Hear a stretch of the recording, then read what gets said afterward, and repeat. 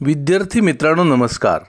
आज आपण इयत्ता 10वीच्या मराठी या पाठ्यपुस्तकातील भरतवाक्य ही कविता समजून घेणार आहोत.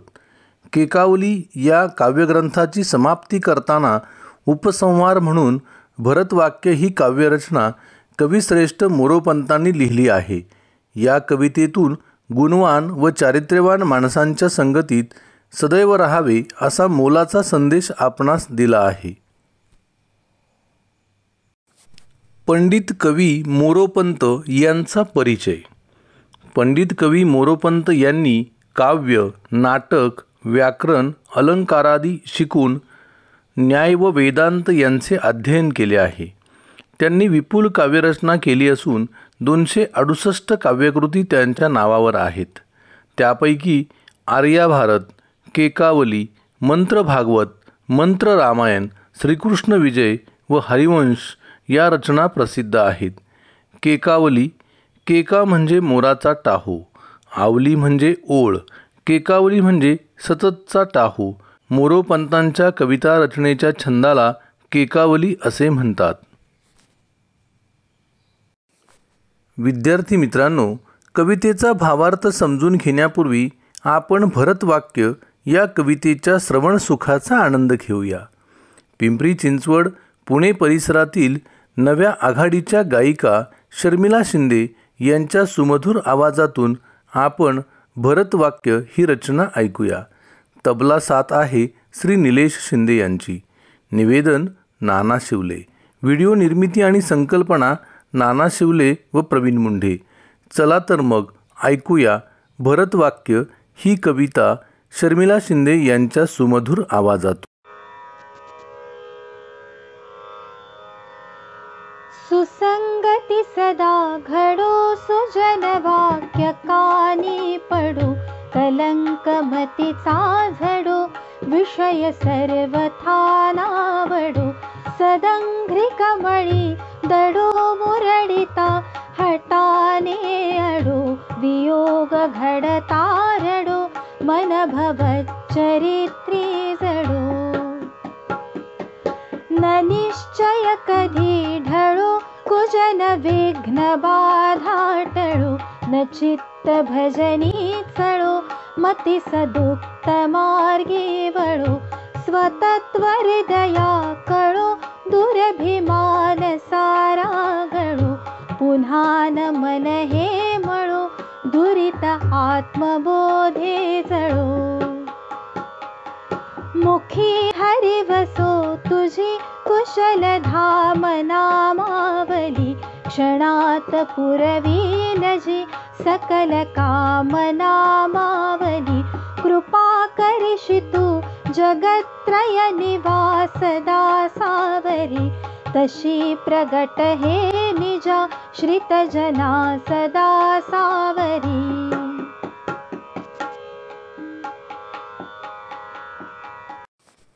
धन्यवाद शर्मिलाताई. आम्ही आपले खूप खूप ऋणी आहोत.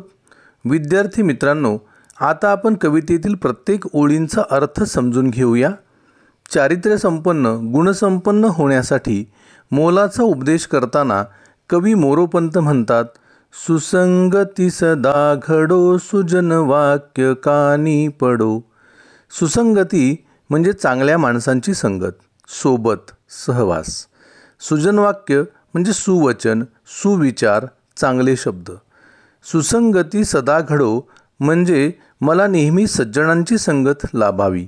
सज्जन म्हणजे चांगले लोक. सुजन वाक्य कानी पडो म्हणजे भल्या माणसांचे, चांगल्या माणसांचेच विचार माझ्या कानावर पडोत.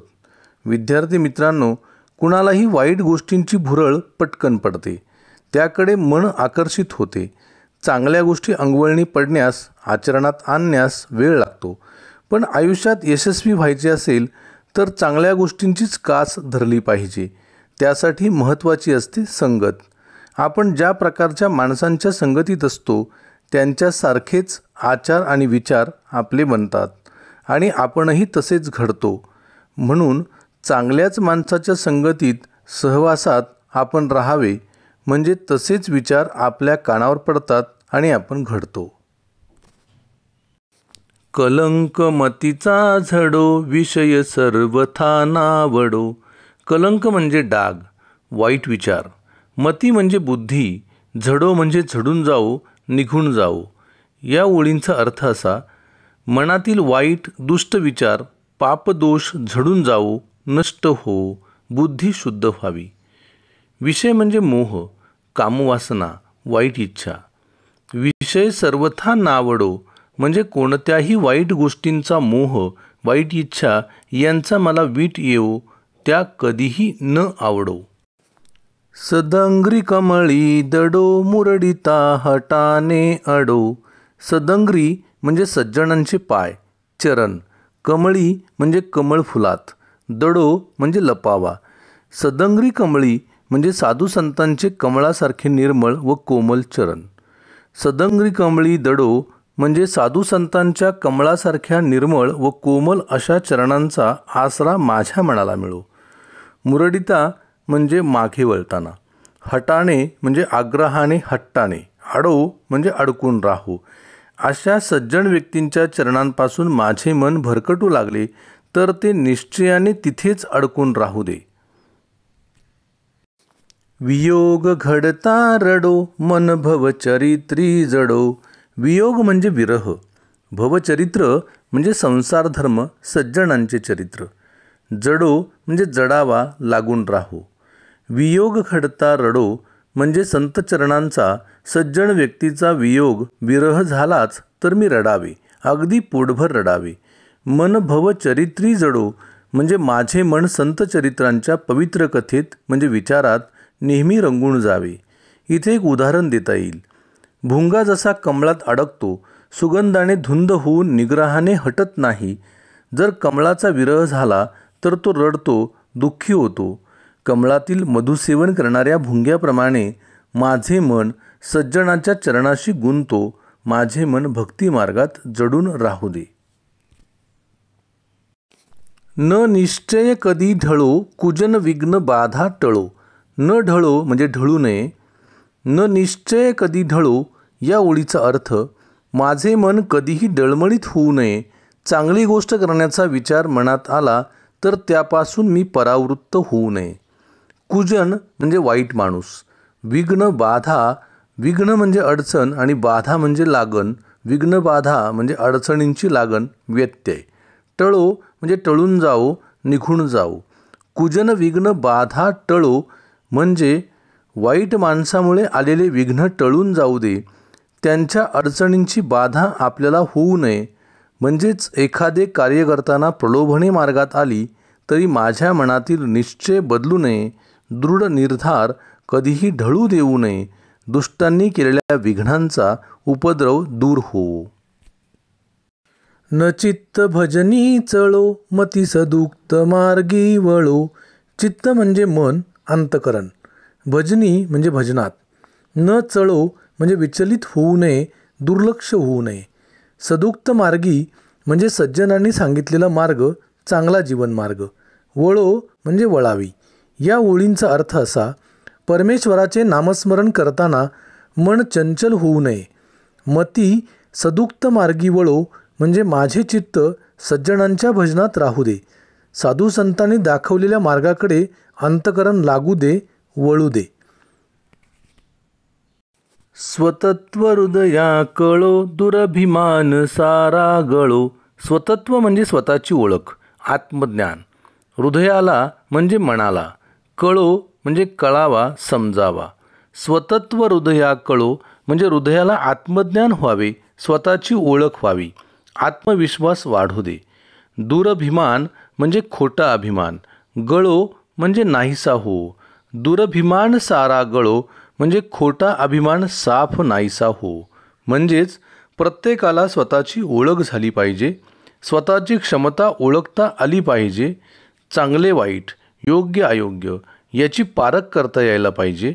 हे फक्त सज्जनांच्या संगतीमुळेच घडते. माझ्या ठायी असलेला खोटा अभिमान नष्ट होऊ दे. प्रत्येक गोष्टीकडे पाहण्याची दृष्टी सकारात्मक होऊ दे. कुणाच्याही विषयी माझ्या मनात आकस नसू दे. पुन्हा न मन हे मळो दुरित आत्मबोधे जळो. पुन्हा न मन हे मळो याचा अर्थ माझे मन कधीही वाईट विचारांनी मलिन होऊ नये. एकदा स्वच्छ होऊन भक्ती मार्गाला लागलेले मन पुन्हा एकदा विषय लालसेने मलिन होऊ नये. दुरित म्हणजे वाईट कृत्य, पाप. आत्मबोधे म्हणजे आत्मज्ञानाने. जळो म्हणजे जळून जाऊ दे, भस्मसात होऊ दे. दुरित आत्मबोधे जळो म्हणजे खऱ्या आत्मज्ञानाने सर्व पापांचे भस्म हो, म्हणजे ते जळून जाओ, नष्ट हो. मुखी हरी वसो तुझी कुशल धाम नामावली. मुखी म्हणजे तोंडात, हरी म्हणजे देवाचे नाव, नामस्मरण. वसो म्हणजे राहू दे, वस्ती करू दे. कुशल धाम नामावली. कुशल म्हणजे कल्याण, धाम म्हणजे घर, स्थान. नामावली म्हणजे देवा तुझी नावे, देवाचे नामस्मरण. कुशल धाम नामावली म्हणजे कल्याणाचे स्थान असलेली तुझी नावे. या ओळींचा अर्थ असा आहे, हे हरी, देवा तुझे नाव माझ्या मुखातून सदैव येत राहो. माझे शरीररूपी घर तुझ्या नामाच्या उच्चाराने कुशल व पावन हो. क्षणात पुरविल जी सकल कामना मावली. सकल म्हणजे सर्व, कामना म्हणजे इच्छा, मावली म्हणजे मनात असणारी. या ओळीचा अर्थ असा की तुझ्या नामस्मरणाने माझ्या मनाच्या सर्व इच्छा तात्काळ पुरवल्या जातात. कृपा करीशी तू जगत्रय निवास दासावरी. कृपा म्हणजे आशीर्वाद. जगत्रय निवास, त्रय म्हणजे तीन, जगत्रय म्हणजे तिन्ही जगात. तिन्ही जग म्हणजे स्वर्गलोक, मृत्यूलोक, पाताळलोक. निवास म्हणजे येथे राहणारे. जगत्रय निवास याचा अर्थ तिन्ही जगात राहणारे, वास्तव्य करणारे. आणि दास म्हणजे भक्त. कृपा करीशी तू जगत्रय निवास दासावरी.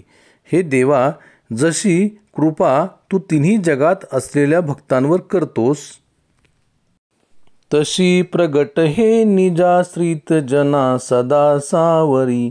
प्रगट म्हणजे दिसणे, निजाश्रित जना म्हणजे ज्यांना देवाच्या आश्रयाची किंवा आधाराची गरज असते अशी माणसे म्हणजे भक्त. सावरी म्हणजे आधार द्यावा, सांभाळावी. तशी प्रगट हे निजाश्रित जना सदा सावरी या ओळींचा अर्थ, जशी कृपा तू तिन्ही जगात असलेल्या भक्तांवर करतोस, अगदी तशी तुझ्या आश्रयाला आलेल्या, शरण आलेल्या भक्तांवर तुझी कृपा प्रगट होऊ दे आणि त्यांना नेहमी सावरून सांभाळून घे.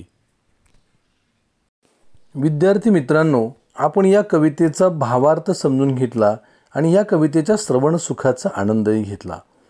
या कवितेतून आपण काय शिकलो तर चारित्र्य संपन्न बनण्यासाठी आवश्यक असणाऱ्या गोष्टी समजल्या.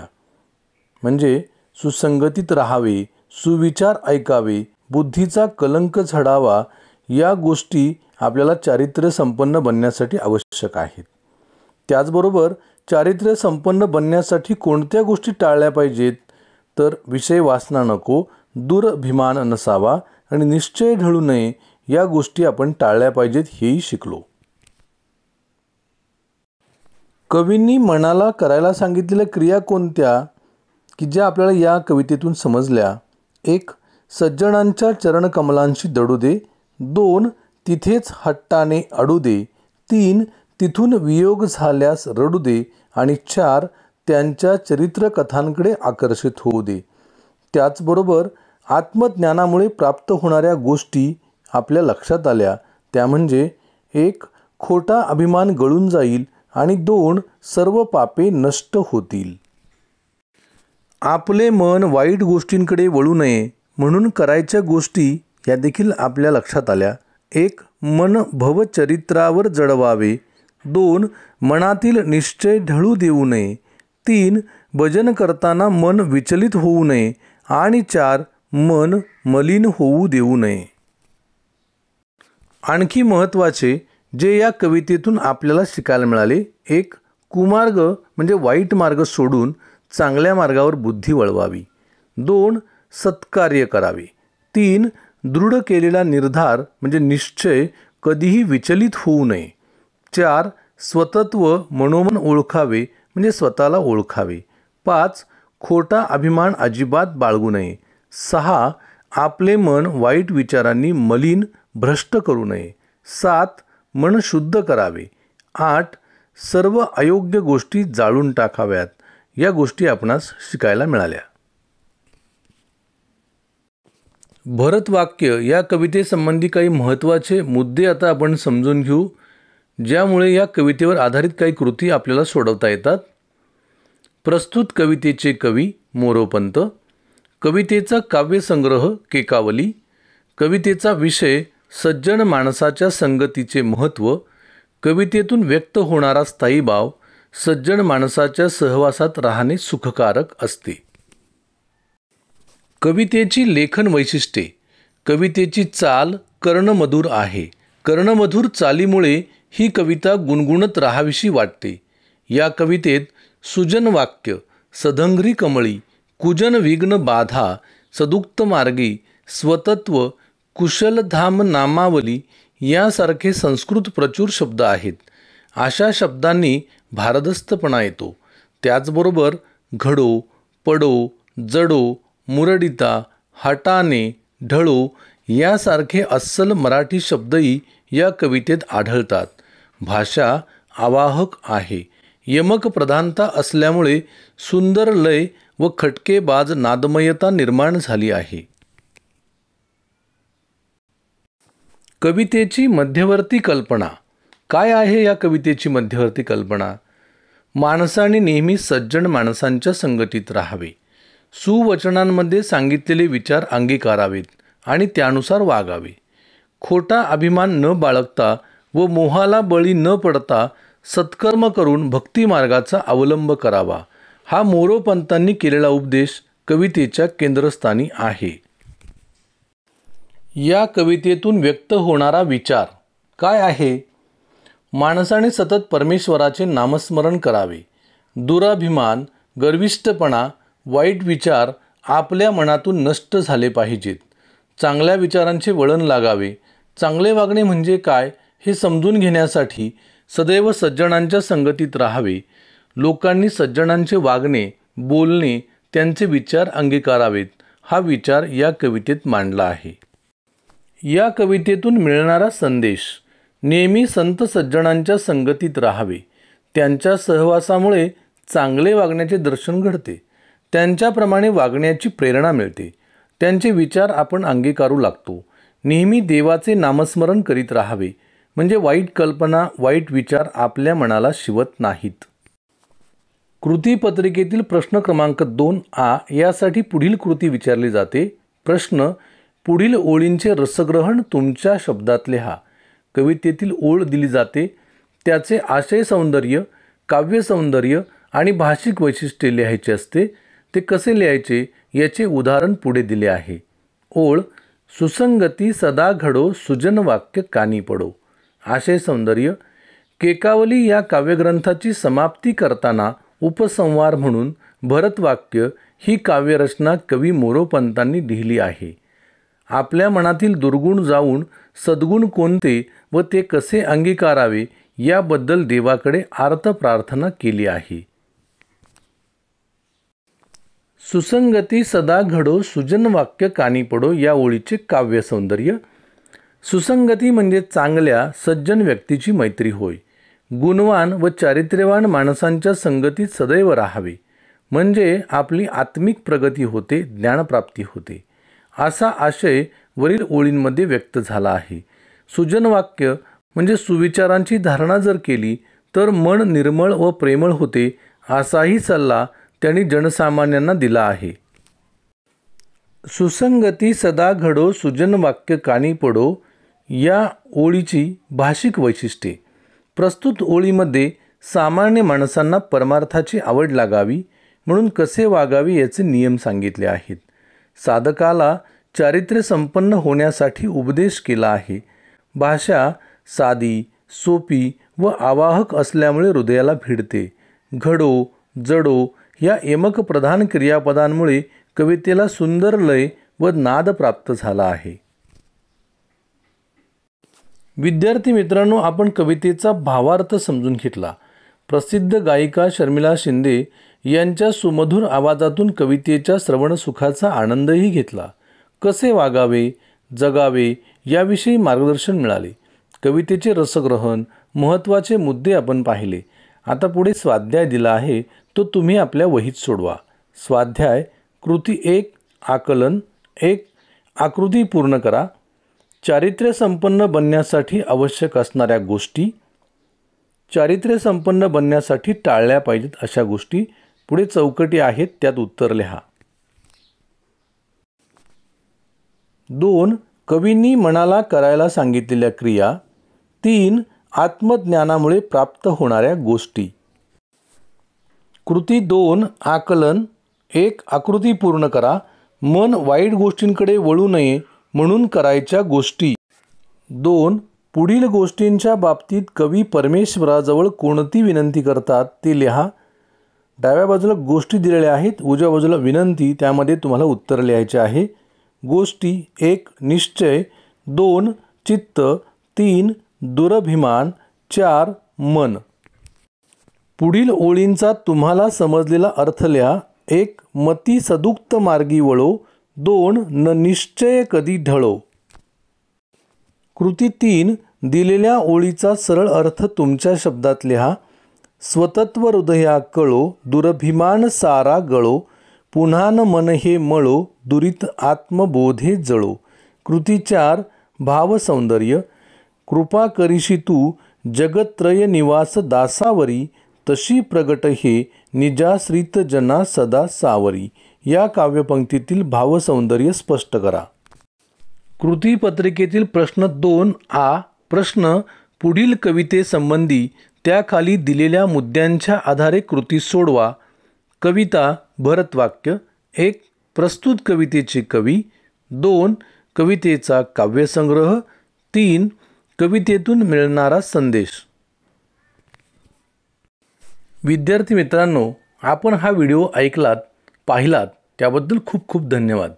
व्हिडिओ निर्मिती आणि संकल्पना श्री नाना शिवले, माजी उपसभापती, शिक्षण मंडळ पिंपरी चिंचवड महानगरपालिका, प्रेरणा माध्यमिक विद्यालय, लक्ष्मण नगर, थेरगाव, पुणे आणि श्री प्रवीण मुंडे, श्रीमती SD गणगे प्रशाला, कृष्णानगर, चिंचवड, पुणे. धन्यवाद.